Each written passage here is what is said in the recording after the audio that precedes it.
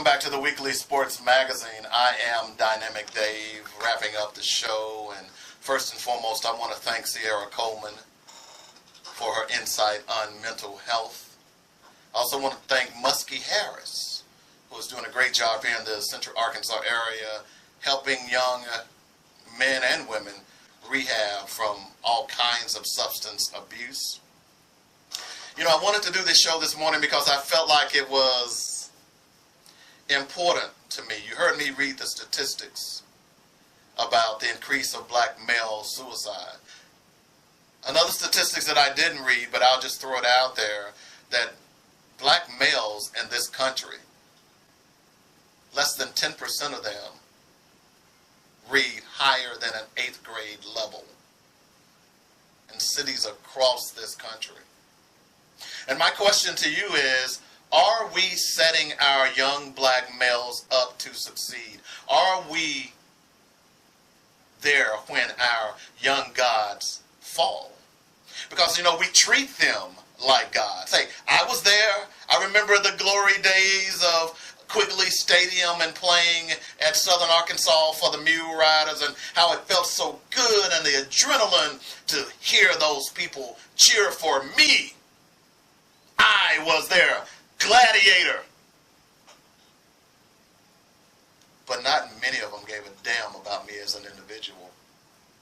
They only were concerned about, hey, can he make the tackle? Can he make the catch? Can he score the touchdown? They saw my athletic skills, but they didn't see my inner me. And I'm speaking for all young black athletes, because many of them, us, grow up in tough situations. We have issues even before we become athletes. And oftentimes we use athletics as our means to mentally escape. And oftentimes we use drugs and alcohol, because we're not ready for the fall. I remember going to a class reunion and people meeting my son, and the first thing that they asked him, those who knew I played sports, was, "Do you play sports?" And he said, "No." I said, "Well, you just don't know how your daddy was." And they even put that pressure on my son to be an athlete, not understanding that he's a 4.0 student. We do this to our young black males. We allow coaches to come into our communities and lie. They don't say, "I'm going to make sure that your son is taken care of." They don't say that, "I'm going to make sure your son gets that degree." We do a disservice to our young males as we prostitute them out for the glory of the team and ignore their mental health. You know, CTE is a big thing these days, and to suggest that it only occurs in professional football players is ludicrous. If you're pounding your head against another person, regardless of your age, you could suffer from that. Why aren't there studies for college players, those players who have played college for an extended period of time, and when they pass along, are their brains being examined for symptoms of CTE? So this morning, as the Tenpenny family lays Altie Tenpenny to rest, I want to ask you the question: where were you when that young God failed? Did you try to catch him? Did you care to catch him? Or were you more concerned about him scoring touchdowns? Where will you be when the next young God falls? Are you more concerned about him making a tackle, running a 4.2 40, as opposed to being and growing up to be a good young man? Are you a teacher who is passing him along just so he can play? Or do you care enough to stop and say, hey, as the statistics say, only about 10% of young black males graduating from public schools have a 8th grade reading level or higher.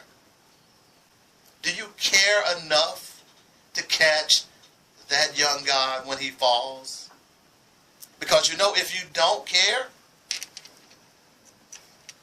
we're going to see more of this. There are going to be a lot more of our young men dying. They're already dying. Why do you think that they can go and kill another young black male with no remorse? Because they don't care about themselves. And I don't mean to sit here and moralize, but it's more to just sitting around saying we're in the last days. It's more to sitting around and throwing your hands up and saying, hey, we can't do anything about it, because I refuse to believe that. That's why I spent this hour talking about mental health. Because you know what? It was someone who called me when I was at my lowest points.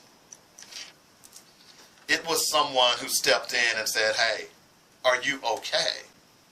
Because if it wasn't for Dot Williams, a co-worker, I would not be sitting here today, and I would have taken my life.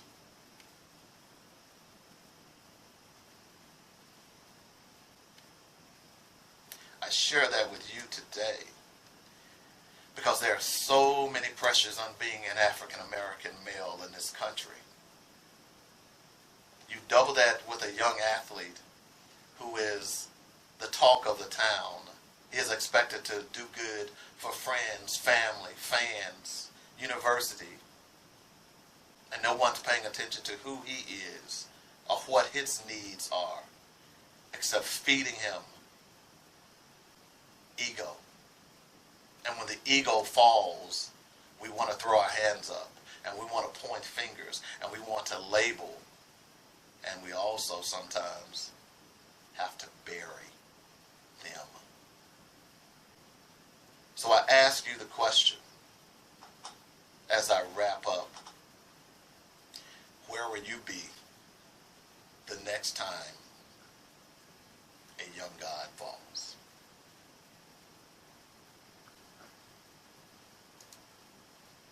That's going to do it for the show today. I'm Dynamic Dave.